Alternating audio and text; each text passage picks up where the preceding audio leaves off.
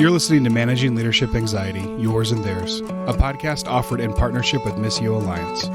Each episode, we discuss internal and relational pressures, how they block effective leadership, and how we can move through them to a greater health. And now your host, Steve Cuss. All right, I want to welcome you to another episode of Season 5. This is Managing Leadership Anxiety. We are all about helping people go from spun up and tense to grounded and a calm presence. First in yourself, and then in the people you lead, whether it's a team, a staff, or a family.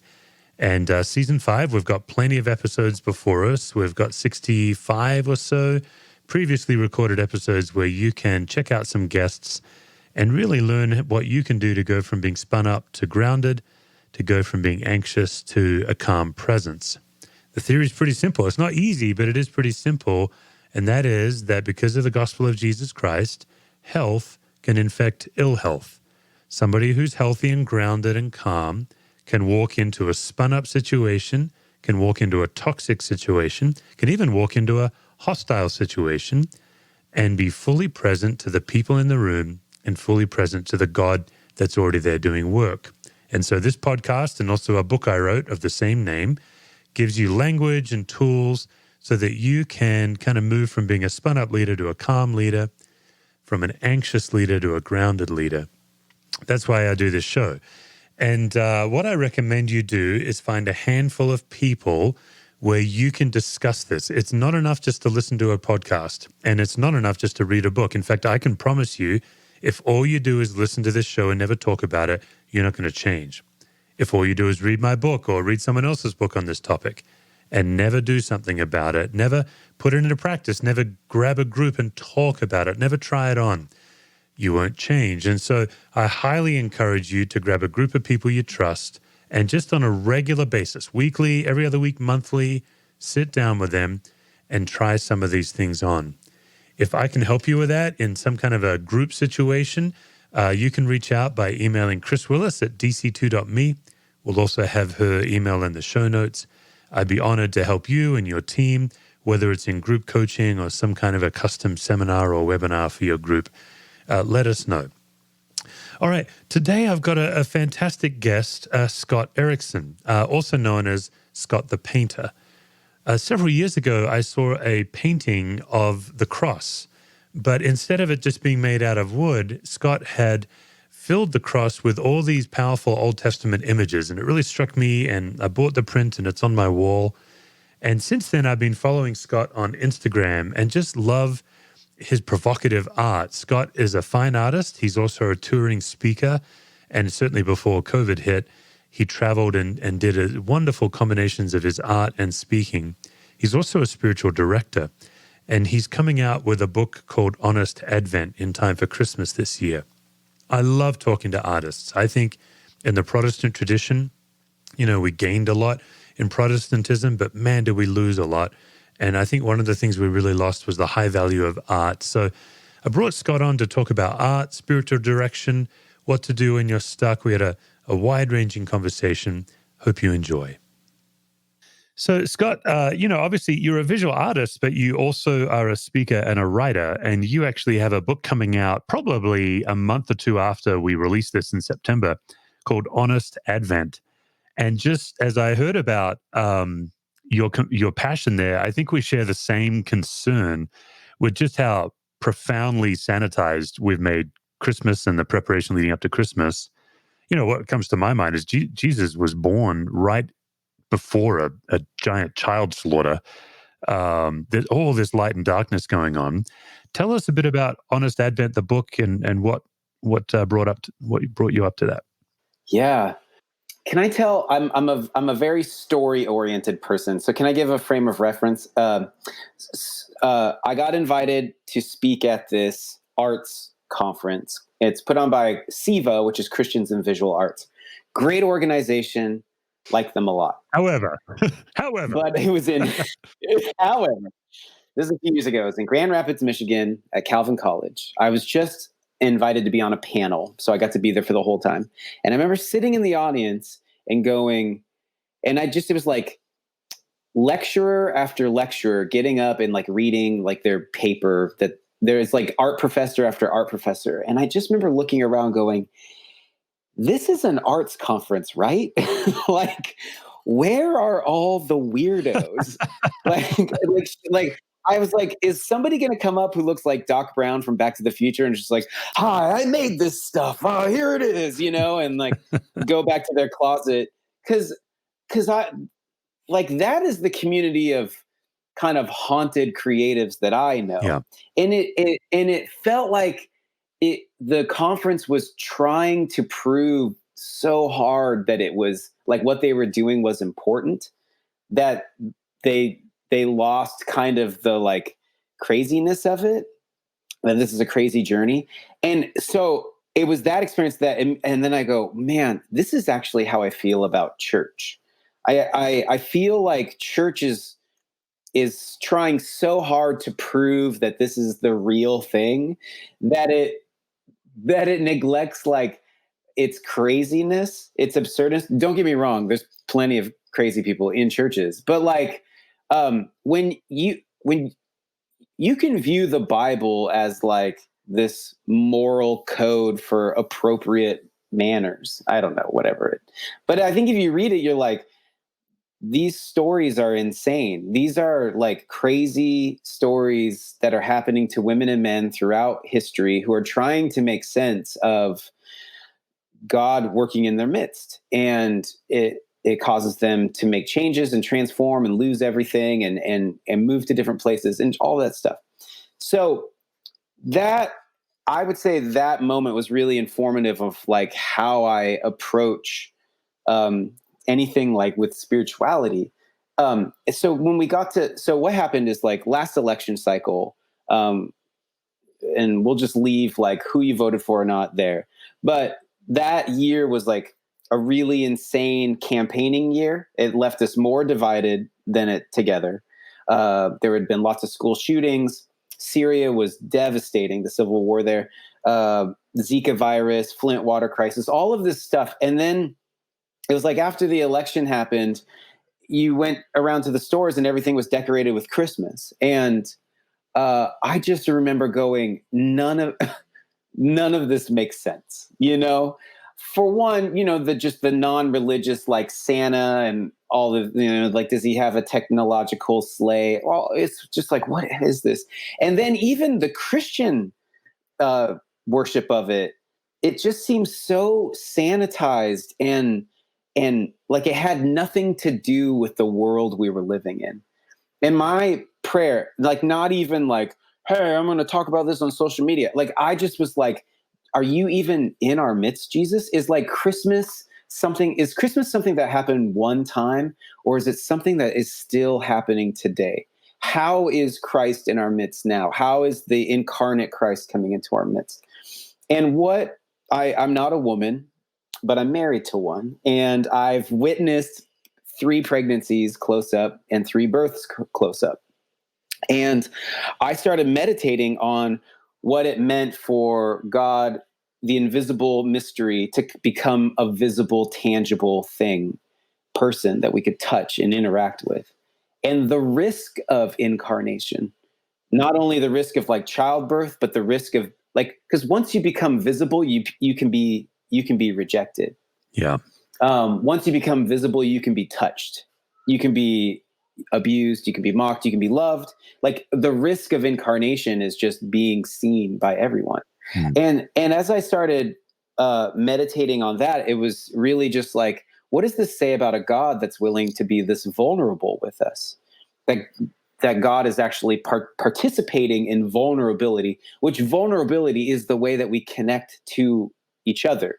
You can go into a room and like talk about all your accolades, and that does its thing for a while. But really, when you connect with people is when you start to talk about how you all limp with something, what in life has like really humbled you. Yeah. And that's where we connect. And I see I see that in Jesus participating in that. And so I started like, for me, I was just, as a designer artist, I was like, I need to come up with other imagery. So for my own spiritual practice, I just started doing these drawings, these illustrations of pregnant women and with some nipples and nudity and things like that, not in an objectifying way, just in going, I witnessed my naked pregnant wife just being like, my back hurts so bad. It hit something. Like, I was really surprised how many women reached out to me and were just like, I've never seen anything like this. And I never knew that I needed it or I wanted it. Like, I feel so honored in my biology, which really reflects this kind of like, the female body has been diminished by Western and most, just male oriented religion that views it as like, oh, it's bloody. You got to go outside the camp. It's disgusting. It's too sexually stimulating, so their own body and their experience has been marginalized spiritually, or kind of like, don't talk about it. Let's keep it hidden. The whole meditation of Christ's incarnation is like God comes through the biology of a woman, is connected to the biology of a human being. And that kind of grittiness and honesty really like has saved Christmas, saved Christmas for me. Yeah. Kirk Cameron did it. This did. It did. And and so I've been kind of building a catalog for the last 3 years. And then this last Christmas, I was like, I have enough for a book. So I approached some publishers and Zondervan was like, let's do it. So that's what's coming out. It's called Honest Advent, and it's 25 images and meditations. And, like each meditation is like 1,000 words. So I had to take like my little quick Instagram and go, what is this, and expand it. And it, the book is about 25,000 words, and it was a great process to kind of view like, and some of the great feedback is people have been like, it is a Christmas Advent book, but it could be a book for all year round. It's just, it's using these few scriptures that we have of Christ's incarnation. And I mean, all the way from Luke and Matthew, but also like there's Philippians, and we go to Isaiah and kind of like, what is this? How is God is participating in human vulnerability. And so we're meditating on God, but it also helps us see our own vulnerability as an avenue to know and participate with the divine. And that is that's what's going on in that book. It sounds really necessary. I love art, but I don't think I'm an aficionado, and I don't always know why I love it. Yeah. I think your art, to me, it's like a combination of provocative and arresting. Yeah. Like, it definitely makes me stop. And then how would you describe your art to people? Well, I say, really awesome. And yeah. yeah, so the decisions and the practice, I guess, in my art making, because I'm not actually very good at it, but I could do like landscape paintings. But why I've decided I think of myself as kind of a symbologist. So I'm making this like created symbolism, these elements, I'm not like abstracted, like taking objects right, and maybe juxtaposing them in a way that doesn't happen or showing something. And then I'm adding, and what I'm trying to do is give a visual vocabulary for people's spiritual journeys. Yeah. So, because when we use these words like faith or doubt or hope or love, and we talk about these stories and these interactions, I want to create a kind of like an image that you could anchor to and go, I think when we use this word, this is kind of what we're alluding to.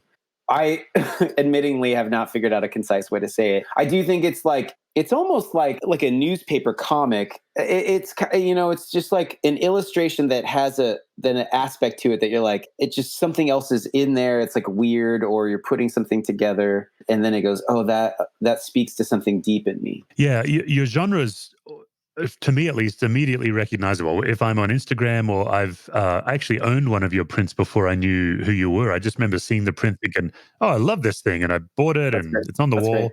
Yeah. But as I followed you for a while, it's like, oh, that's definitely a Scott the Painter print. Mm-hmm. Which, by the way, I do want to admire your dedication to your craft, that you would change your last name to the Painter. That's I know. That's a serious dedication. It's becoming that. Some people don't even know my last name. Like, I've met a they're like, it's Erickson, right? It's Scott the Painter. That's all I know you by. Mr. the Painter? Yeah.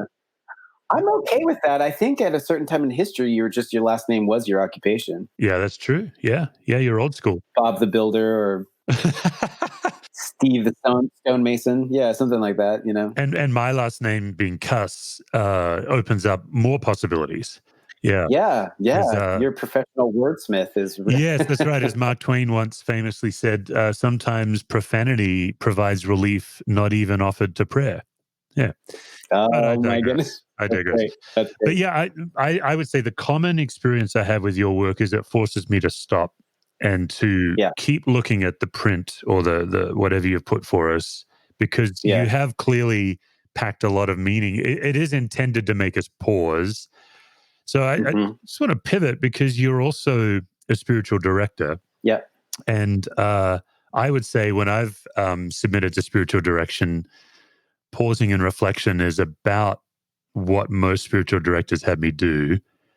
Tell us a little bit when somebody comes to you for spiritual direction, what are you trying to help them experience or encounter? Well, that's a great question. This metaphor helps me a lot, even when I'm doing direction. So if you imagined a triangle, and 3 points are the three people involved.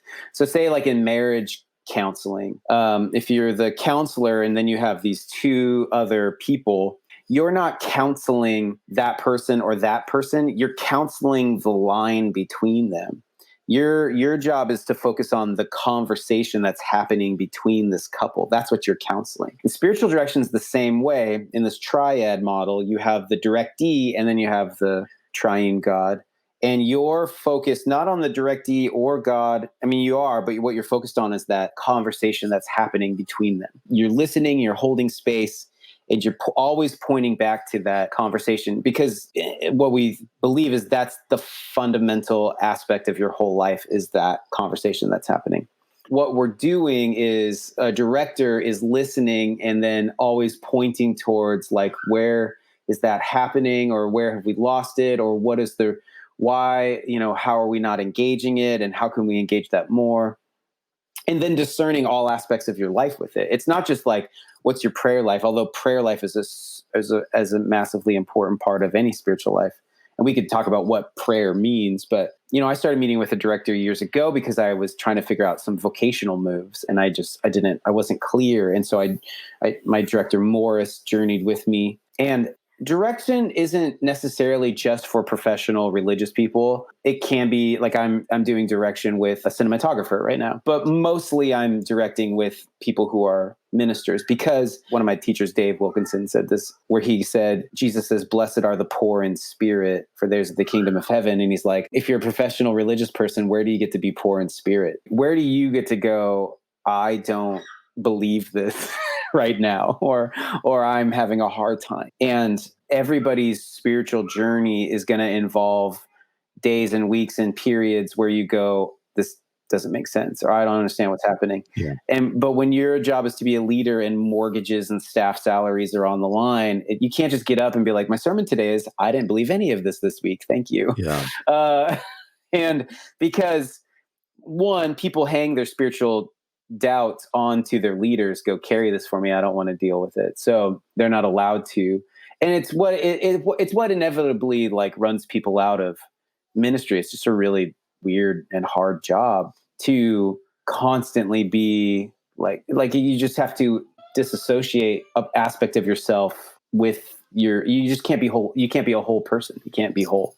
So a spiritual director is like a safe spot to just kind of work that stuff out and be honest and talk honestly. So Yeah, you bring up an interesting pressure because, like, your Honest Advent book coming out, your number one invitation is to vulnerability. yeah.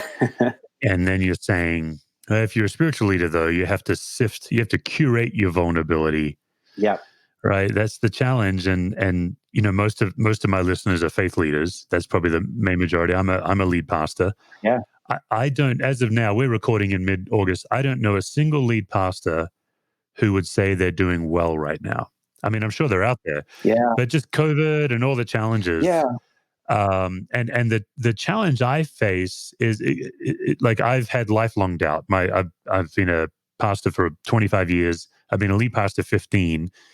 I knew that when I became a lead pastor, meaning I would be the primary communicator for our congregation. Yeah. If I didn't share my doubt with our people, I'd become a fraud. Yeah. That's great. And so sometimes I wonder if I've tested the limits of that because Yeah. Yeah. I know what it's like to step on a stage and not believe what I'm about to say, and it's the worst. It does something inside. Yeah. What do you think faith leaders can do when they're having their own crisis of faith or they're not experiencing what they believe? It'd be helpful if you've seen this movie, but we can metaphor it. There's a movie called The Truman Show Sure. with Jim Yeah. Carrey. The premise is like this kid, this baby, since the baby was raised in this fabricated world that was a television show. And so he starts to figure out that it's not true. And at the end, so spoiler alert, he takes this boat out to sea, and the boat eventually runs into the wall. And he gets off the boat, walks along this wall, and finds a door. And then the creator of the show is like, "Don't leave, don't leave." And he's like, "What do you say? Good morning, good afternoon, and good evening, or something. Good night, Yeah, something like right. that." And he leaves. And what I think doubt is your boat just crashed into the wall. That's how I see doubt. That's how I give grace to my doubt. Is go the reason like in Kurt Thompson's book, The Soul of Shame, Soul of shame. Yeah. which is a great book. Yeah. He just says doubt is a relational response. It means that you've reached a spot where relationally you don't know if you can trust this person anymore. And so I like to give grace to my doubt and go, you just ran into a wall. You just ran into the wall of what you thought to know to be everything. And there is a doorway to go into a more expansive world. And that's uncomfortable because it's unknown. But you're just hitting that wall. And what you're hitting is like, I thought I knew what this was. And I don't think God is malevolent, like, oh no, don't hit the wall, don't come out here, you'll be Yeah. disappointed. I think God's saying, like, you've constructed this to a point. There's much, much more. And we're gonna go into much, much more, but it's gonna be a transformational journey for you. So Yeah. especially right now with what is church gonna turn into, how many are gonna last? What is the fabric of religious society going to be after all this? I don't know. What we do know is that it's God's Yeah. church. We'll let it do what it wants to do. And God really, just as God had shepherded us to this spot of leadership, so God will take care of us through it. I don't know if that means vocational change, or I'm not sure. I just keep pointing back to that Jesus says your Father in heaven knows everything you need before you ask him. So let's start with that prayer before we get into like, give us this day our daily bread. The Lord's Prayer isn't just a checklist of things. It's an invitation to live into a reality that already is, because it's predicated by your Father in heaven already knows. So that's where we have to bring the conversation is, what does it mean to be already known? I often, in my own places of anxiety and struggle, even this morning, I awakened early and I went walking through my neighborhood to pray. And what I really had to come back to was, especially in this time, has been like, do you know? Do I know that you know? And I have to practice that. And then some other like specific things I needed to get into. But I found that this season is just like, you already know, is kind of my only prayer right now. Yeah. That's really good. I want to shift gears and just talk a little bit about visual arts in the church. It feels to me in the Protestant tradition, the tradition you and I are both in, it's almost as if Jesus was born, lived, died, raised from the dead, time passed, and then somewhere around 1977, the church was born. Like, it seems like the modern church, we have about a 30-year working history and then this almost 2,000-year gap. Yeah. And so we've bypassed all the visual arts, the iconography, like that our Eastern sisters and brothers have taught us. And so now we're in an era where, I think we have redeemed music in the church. Not that we ever really lost it, but there's so much musical production happening. Yeah. But what vision do you see for visual arts in the church? And just your listeners are very intelligent. For those who are intelligent but haven't, aren't fresh on their Reformation history. I mean, what kind of where like Protestantism lost its image culture was during the Reformation, creating of the printing press. And there's many wonderful things about the Catholic tradition, but there were some pretty like bloated and gross things that that leaders were like, let's get away from this. And so what it happened is it just the pendulum swung. Instead of like kind of maybe like let's take a lot of the good things, it just kind of went all the way and was like, we have a Bible now. We don't need a priest. We don't need these things. Let's just get rid of it. We have words. Let's just get rid of everything else. We just need the words. Yeah. So it's based out of that. I also think what happened is because we had the words is that, and this is informed, I lived in France for a year after high school, and I lived like 3 blocks from a cathedral in Strasbourg, France. And I went there every day. And it transformed me because I could tell a lot of things about it. It was created for an illiterate culture who didn't have their own Bibles. So the whole thing is created to communicate the story of God. Yeah. And I think what's happened is because of the Reformation, because of Bible printing, is that we no longer needed to make our buildings as a teacher because we just make our buildings for a teacher. So when you go into most sacred spaces, the building isn't trying to teach you anything. The building is trying to facilitate a teacher. So we don't have art on the walls. We have sound panels. We don't, you know what I'm saying? Yeah, that's good. And it's not a dig. It's just what happened. It's just what evolved. And I think we've all, if you've traveled and you've gone to a wonderful like space or church or monument, the architecture is meant to do something to you. And I'm not saying we should build cathedrals again because that would cost like $500 million. But I do think like, how does this space transform us? I mean, in essence, the Eucharist is doing that.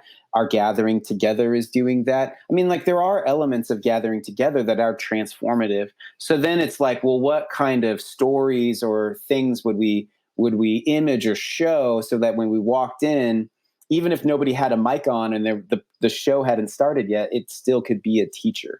So that's kind of like where I think what happened and why we're at where we're at. But I definitely have seen that there is this like growing desire for this kind of visual aspect. I used to live paint a lot versus dead paint. Yeah, like during a sermon kind of deal during the service. Yeah, the racing painting. Yeah, and I haven't seen anybody like me, which as an Enneagram 4 makes me delighted. But like, I've seen a lot of like worship painting and stuff, and it's very expressive and abstract and stuff. My stuff's like very like design oriented, sharp lines and objects and things. And I'm really boring. I just stand there and make it. But you don't. I don't dance and paint and splatter. Do you take a worship banner? No. Do you release a dove? I have tambourines taped to my elbows. So that's acceptable. I remember starting at this church and just started painting. And this is what I think. Whenever you're bringing something new or that hasn't been part of your spiritually forming practice, is you have to overcome the neat wall. There's like 3 untouchables of a church service, which is preaching, music, and giving offering. And everything else is special. We have a special guest. It's extra. And when I first started painting at this church in this community, people would be like, that was really neat. Thank you for sharing your gifts. That's really special. That's neat. And then it'd be like week 6, week 8, that people would come up to me and go, what happened? Like that really touched me. Even people would be like, I stopped listening to this sermon. I just was like, and I was really involved in what was happening, and I became prayerful. And what is happening is like all of a sudden this has becoming like an avenue for spiritual formation, just like music, just like testimony, just like scripture reading, just like sermon, all of that. And so when we overcome that neat wall, then we can go, oh, this could be an aspect of spiritually forming, just like these other things. So I think when bringing something new in, you have to kind of guide the community and go, this actually can form us. Here's how it does it. And then it can be like become a part of the culture. I think why it hasn't been done very well is because really there's not a lot of people to steward it very well. Like if music's pretty standard, but if you just week after week had awful music, somebody at my sometime go, what if we just didn't sing? Yeah. And so often when we have art in communities, it feels very amateurish and stuff. And bad theology and stuff. And so Yeah. I think people go, we don't really need that. So, but when it's done well and successfully and thought through and really spirit led, I think people go, wow, that's a component I wish we could have as a part of our rhythms. So, yeah. I think it's a fascinating challenge to figure out how the church can cultivate thousands of artists so there's hundreds of good ones. Because Yes.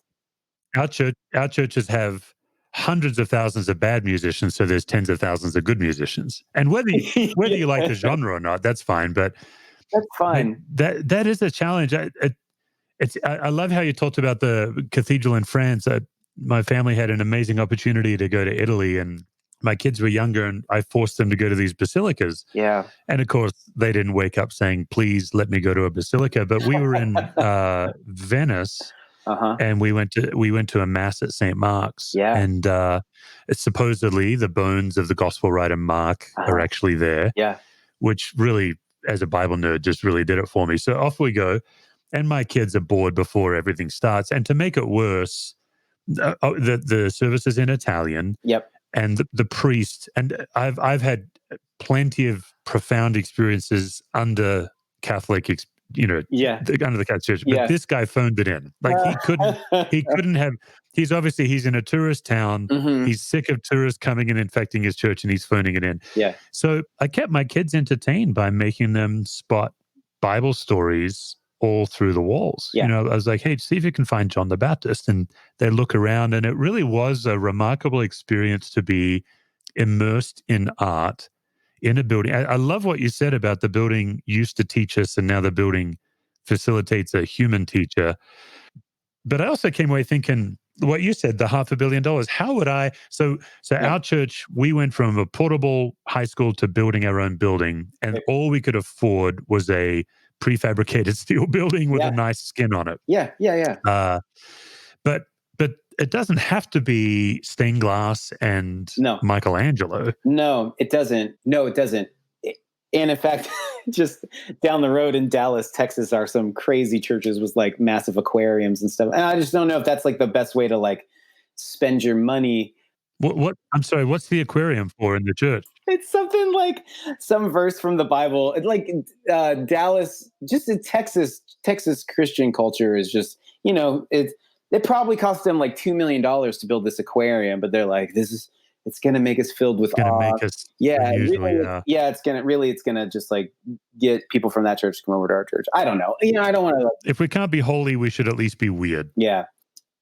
I don't know what the solution is. That group I mentioned, Siva, they started about 40 years ago, and they have like collections of art that you can rent or bring in. So you can bring in like a whole series of paintings on Good Friday, like about the crucifixion or something, or about resurrection. So they facilitate like usable art shows, which I think is really helpful.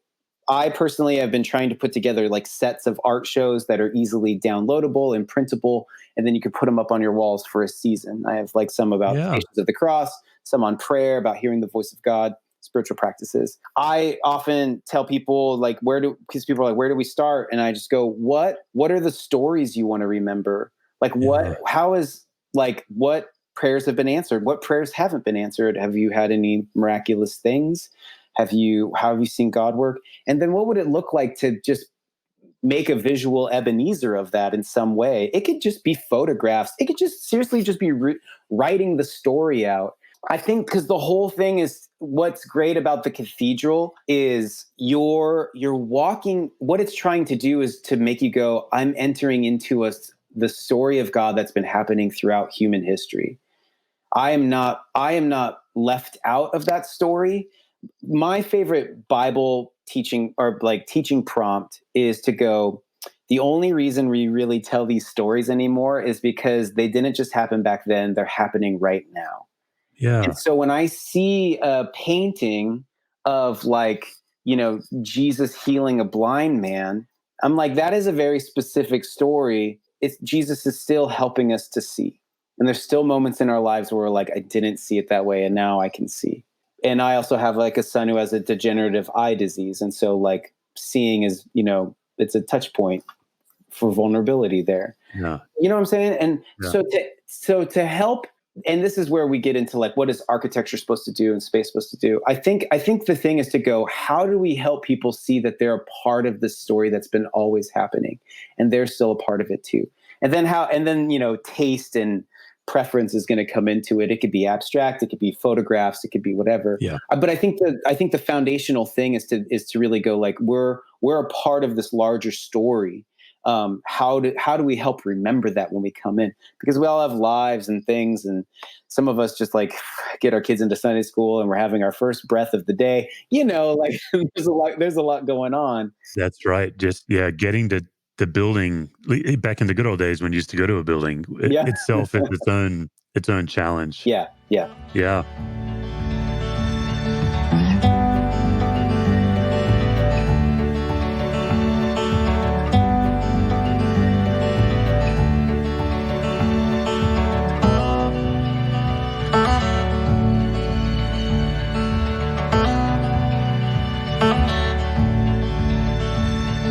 So Scott,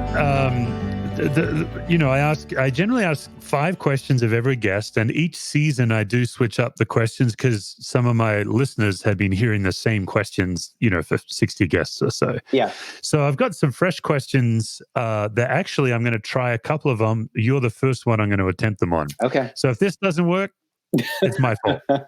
All right. The gauntlet of 5 questions. Here's the first one. Sometimes we can be the last to know when we're not okay. Who in your life knows before you know? I mean, always my wife. I mean, I could never be a spy. I wear everything. I wear all my emotions on the outside, but she's pretty poignant on going, you're not okay.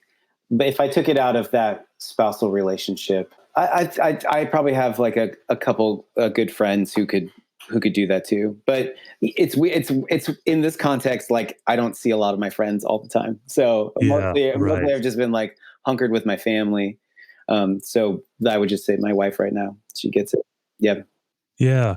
Are you aware of what she notices, what signals you're giving when you're anxious? I get pretty, my language and demeanor gets very like hopeless. Like I'll say things like, this is never going to work out, or I'm never going to get there. Yeah. When you start talking in absolutes, like this will never, that's when you've closed the door of possibilities. That's always there. Yeah. Yeah, that's good. Okay. All right, good.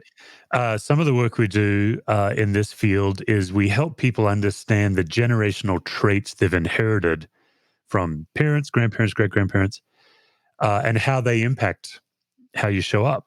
Yeah. Would you be willing to name one trait that you have inherited that's an asset, and then maybe one that's a liability in your life? From my like familial tradition, like my parents. Yeah. And stuff. Yep. One that's an asset is hospitality. My parents and my aunts and uncles and my grandparents there's always a place for quote unquote the stranger out at the table. So our holidays were always marked with like some visiting family. My dad and my aunt grew up in Africa, in Cameroon. So because they were missionary kids.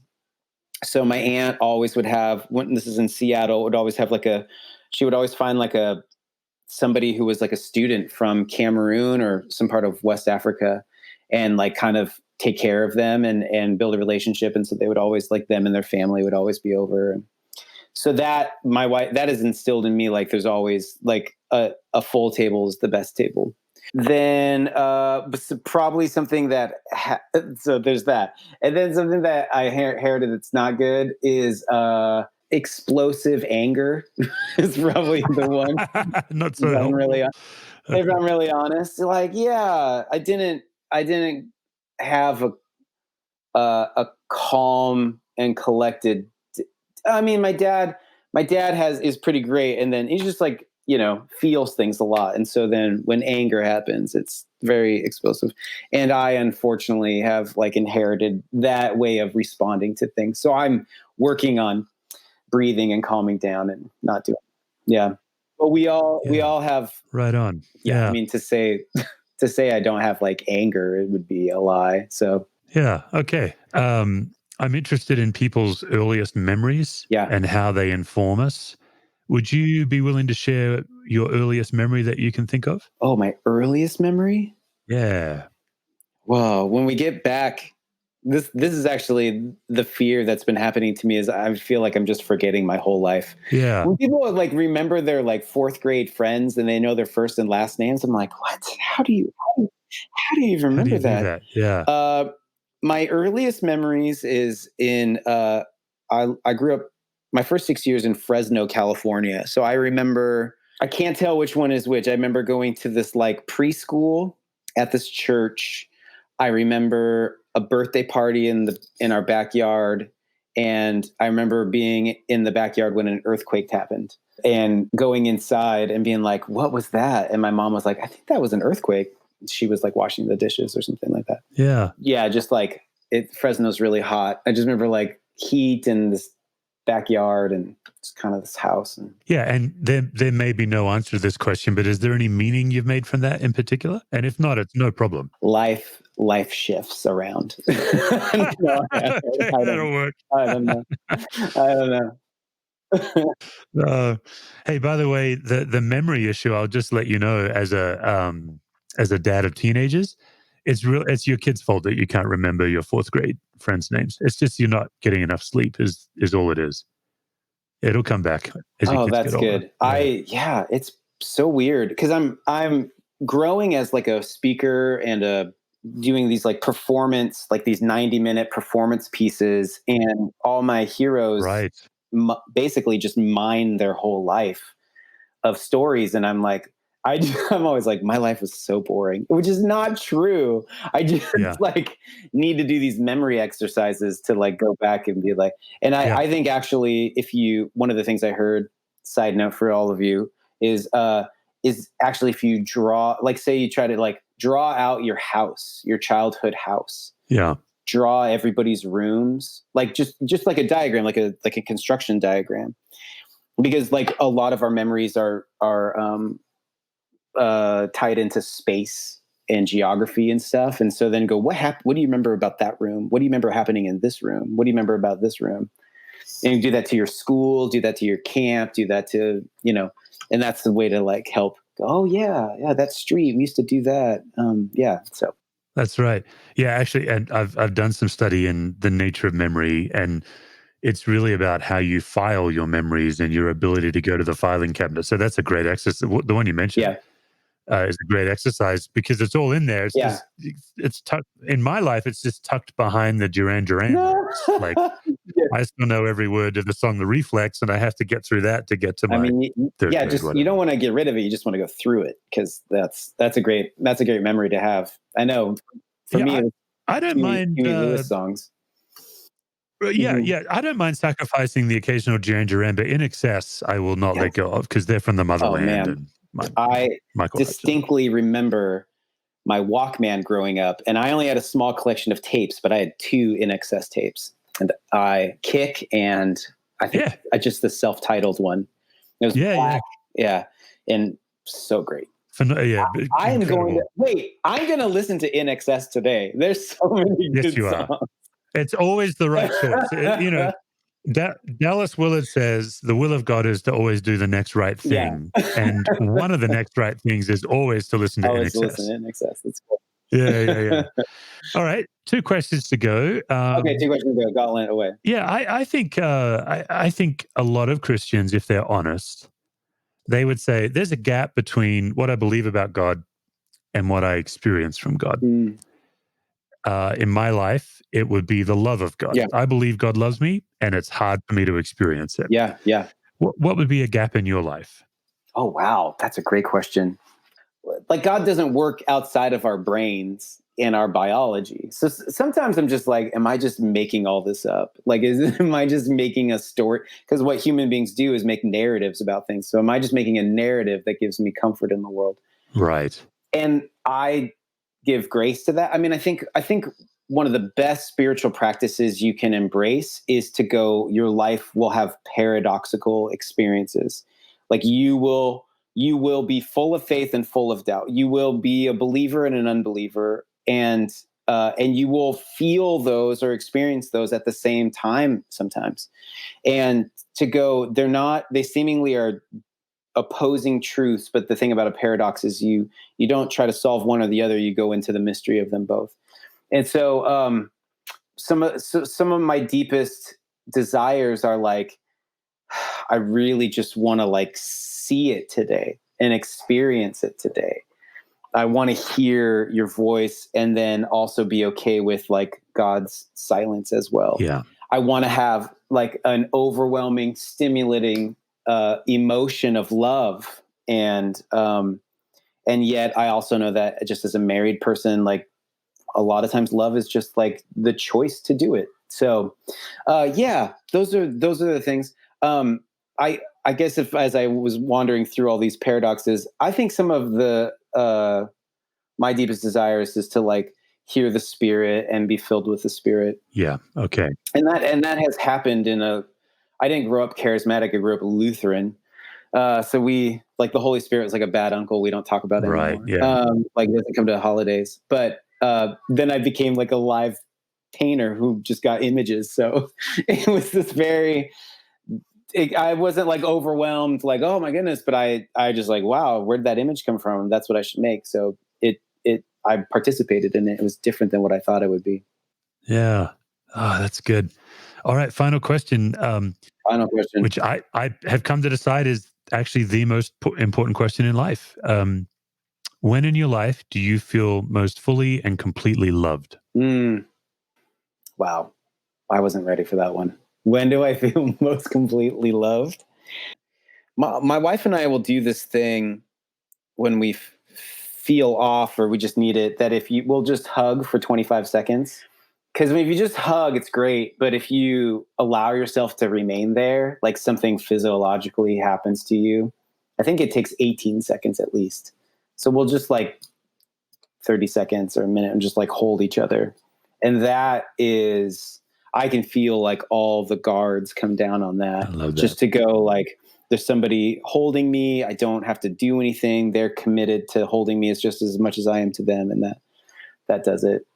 I love that answer. Yeah. It reminds me of a story of a friend of mine. I won't name him. He is a public figure and he's a musician. He performs and he was backstage with a fellow musician who was sharing some pain. Yeah. Just back in the green room. Yeah.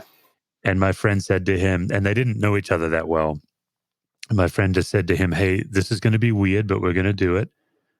I'm going to hold you for 2 minutes." Yeah. And Wow.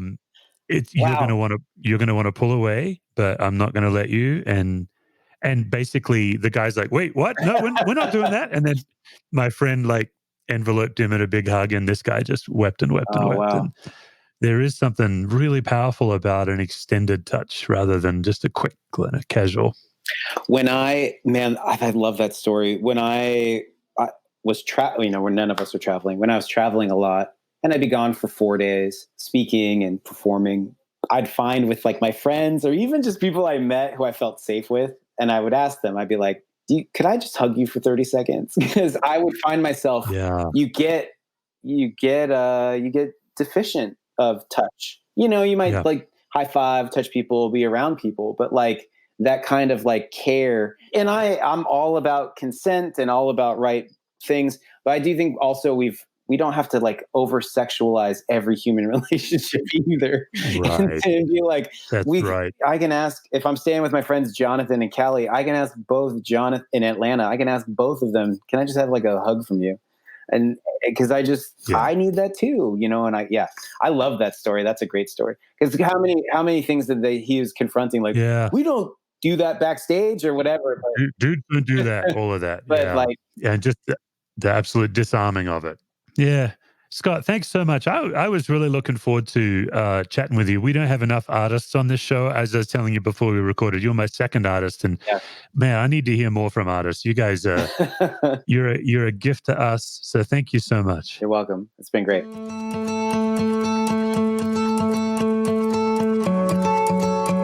For more resources, visit stevecusswords.com or missioalliance.org.